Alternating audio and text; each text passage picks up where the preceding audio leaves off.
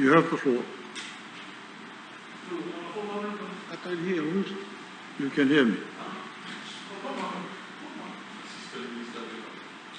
You have the floor. Yes, sir. Just give me a second.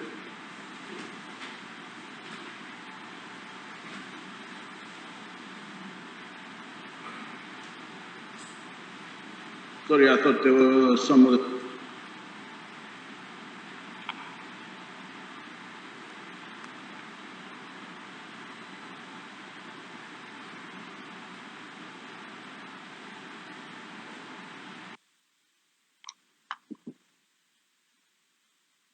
Thank you. Well, Honorable Speaker, I rise in support of Bill number 17. And Mr. Speaker, this simple amendment has been made the subject of the most cynical opposition I've seen in all my years in politics. I support what Honorable Mbulitavo has just said, not because he's a member of SODELPA, but I support the fact that he's a young man with land and he wants to do development on his land for his people. And this is a bill that will help him. My statement, Mr. Speaker, is not intended for members opposite, because I know the facts have not swayed them. I am speaking to the Fijian people, all of whom deserve to know the truth about the bill. As Honorable Minister for Defense stated, we have to speak on the truth about the bill. Today, we are making the TLTB more efficient in how it enforces the terms and conditions of leases on Itoki land. We are reforming a broken, time-wasting, and piecemeal approval process in favor of a process that empowers the TLTB to focus on improving the value of Itoki land and making a more strategic approach to ensure long-term prosperity for Itoki landowners. One thing this bill will not do, Mr. Speaker, is to change the rights or steal the decision-making power of Itoki landowners. Not one bit. The landowner has never been involved in the process of enforcing lease terms and conditions. It is always been a matter handled by the TLTB, who are legally empowered to do so, even though we have been legally required to grant consent for change in mortgage, connecting water and electricity. The TLTB never contact the landowners about these matters. Mr. Speaker, it has never been the policy of TLTB to alert the landowners when their lessee wants to change who they bank with or when they want to access water or any other development. There are normal permitting requirements for electricity, for water, for sewage, and other services, and sufficient checks exist through the relevant organizations such as EFL, the Water Authority of Fiji, and Ministry of Environment to ensure that these are all carried out properly in accordance with the relevant laws. It is a lie to claim that landowners have a role in the process. It is an administrative matter. And I was worried, Mr. Speaker, of the comments by Honorable Ngavoka when he said, if you pass the bill, and I was waiting for him to finish his sentence because I was worried. It looked like he was threatening me and threatening the Fiji First Government. If you pass the bill, for all of those members of the opposition who are harping about police investigation, I suggest you learn about what transpired in Lotoka last Saturday with the Tauke movement. Learn from that. Find out what transpired. And maybe that will justify the police in doing what they did in the investigation. But I say again, if a lessee ever steps out of line, they will be held accountable. TLTB will still evict a lessee who doesn't pay lease monies or breaches the fundamental terms and conditions. TLTB will still manage the process of leasing the land itself. After the landowning unit in question has agreed to the lease, to lease the land, like any proper lessor, they will continue to enforce the terms of leases. If any lessee violates the terms and conditions of their lease on Itauke land, the TLTB will hold them accountable. This is what they have been doing. That is the case today, and they will continue to be the case tomorrow after this bill becomes law.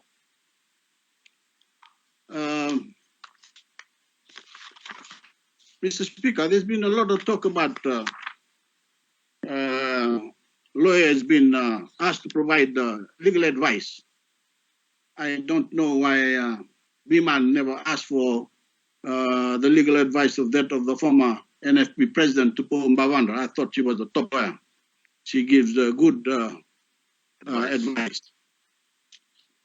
But I couldn't figure out for the life of me why these two lawyers, one that went on a Zoom last weekend, and of course the one in the Fiji Times today, where everybody is propping him up. How come they did not make sense of 12.1? There's legal advice about 12.1. What above section 12.1 simply means is that if a buyer and seller wants to make a deal on TLTB land, whether to sell, transfer, or sublease, they must first apply to TLTB to obtain their consent. This also applies to transfer between parents and children or relatives where money is involved. They are also required to apply to TLTB for consent. If a transfer is done without the consent being obtained from TLTB, then that transfer is null and void. It simply means that the transfer is of no legal, is of no effect or illegal. What this new bill proposes to do, Mr. Speaker, is to add two new subsections to section 12 above. That is all meaning that section 12.1 is still alive, and not affected at all by this new amendment. In the article today, in today's Fiji Times, the lawyer Graham Young is using section 11 of the Tauke Affairs Act to argue that consultation should have been held with the Tauke Affairs Board. However, his argument is flawed for a number of reasons. Let me state them. Firstly, section 11 only applies if the bill appears to the minister to affect in any important matter the rights and interests of the Tauke. The main point of Bill 17, Mr. Speaker, with respect to the removal of consent for mortgages, is that the removal of consent does not in any way affect the rights or interests of the Itauke landowners. The leased Itauke land that is subject to mortgage will always remain Itauke land, and all terms and conditions of the lease remain intact. Secondly, section 11 does not apply to bills which are so urgent that public interest does not permit consultation. Bill 17 has been tabled as an urgent bill in accordance with the Constitution and the standing orders. I also want to remind Honorable Tusao, Mr. Speaker, that even with the presence of the entrenched provision that they always harp about in the previous constitution, Momi and Janarao got taken away of Voreqe ownership plan. Ownership. Gone. No more with Voreqe. They are now justifying that with the subject of a land swap. Land swap aside, it's gone. The land is gone. That will never happen. That can never happen with this constitution. This constitution guarantees. Mr. Speaker, the TLTB supports this reform because they don't need to be involved at every baby step of development on the list. With this amendment passed by Parliament, the landowner will notice nothing negative, nothing wilting down his or own ownership rights, except that there will be more interest in leasing Voreqe land because there will be less bureaucracy attached to Voreqe land. And that's where Honorable Bulitavo is coming from. And therefore, the value of Voreqe land will increase. And isn't that what we all want for landowners? We're talking about socio-economic advancement, Mr. Speaker. We're about generational wealth, Mr. Speaker. We're talking about making the Voreqe people strong, productive, and innovative so that they can benefit from their land and our economy. I thought we all wanted that, Mr. Speaker. I really did. But the opposition has shown that they could not care less about the security and the prosperity of landowners. They are so little, Mr. Speaker, that they've used this bill, a good bill, as their distraction of choice from a budget they are terrified to talk about. They do not want to talk about the budget. They know it is a good budget. Some of them have admitted as much. Some of them have even called it an election budget. The rest refuse to talk about it. They don't want to talk about the cost it lifts on the shoulders of hardworking people. They don't want to talk about the doctors and nurses it has. They don't want to talk about the strategy it supports to recover our economy. Instead, they got in a room together, gathered around Honorable Tambuya, TikTok compulsive liar, and made a very poor bet on the legal advice and legal expertise. That in itself is a catastrophe. They knew that they were not qualified, capable of debating the measures in the budget. They knew they had no ideas to give the nation. They knew they had no alternative budget. And they knew they had zero constructive criticism to offer.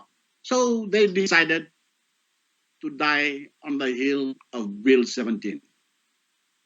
A bill they have not read and clearly do not understand. They chose the same inane chorus of criticism designed to frighten the Voreqe people into thinking that this government is threatening their traditional landowner rights. Their criticism began as a usual demagoguery. They decried what they claimed was a threat to landowner rights.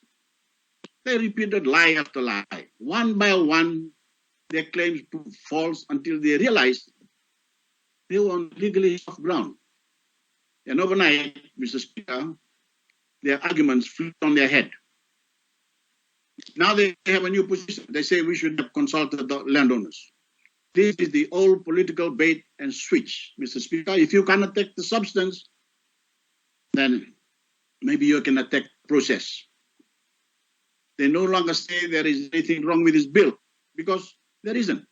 It is a sensible and rational reform. Instead, they are saying we should have consulted the landowners over an administrative process that has never involved the landowners, and they demanded to know why we didn't. When you don't have an answer, Mr. Speaker,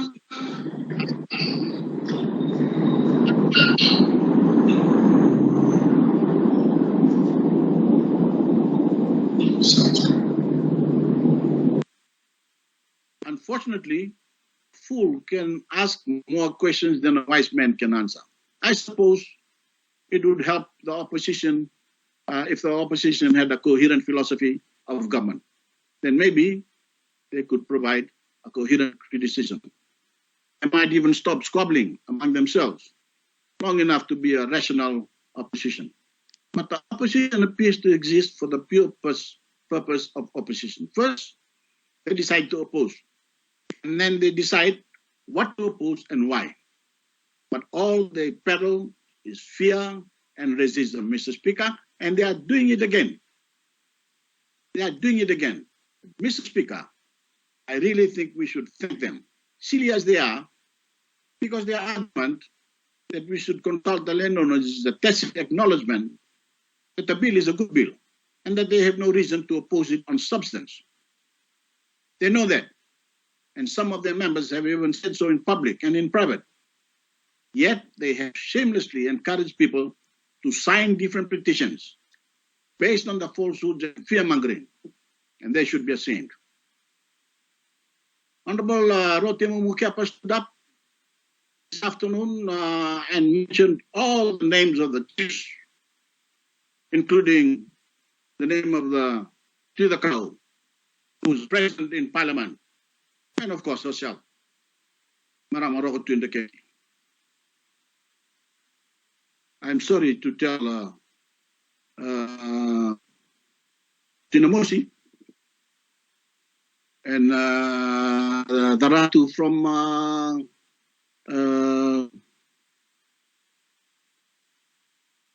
Madwata, they are not included in this acknowledgement by Rotemu.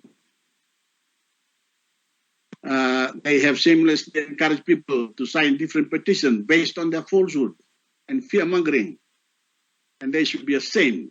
Have we had enough of this in our history? To the people who signed that petition under false pretenses, I say you should demand an apology, because they asked you to fix your good name to a lie. You have been misled. Past governments have betrayed the trust of landowners. They permanently alienated Itauke land in Danarau and Momi. My government has never made that bad deal. And this bill aligns with our record of empowerment that we've established from day one. The bill simply streamlines the process of developing land that has already been leased. Once the TLTB approves the lease, the lessee does not have to return to the TLTB to have a mundane approval. This will make matters easier, faster, and less costly for the lessee. That is a good thing. It will create economic activity. It will create jobs. It will create more prosperity and more so for the landowners. Mr. Speaker, this isn't the first time we've made important changes for the benefit of landowners. When we launched the better utilization for land payment program, if the opposition bothered to identify Cebu, government stepped in to pay more lease monies to landowners for renewal of leases. This government did that. We didn't consult landowners, asking them what they wanted more money.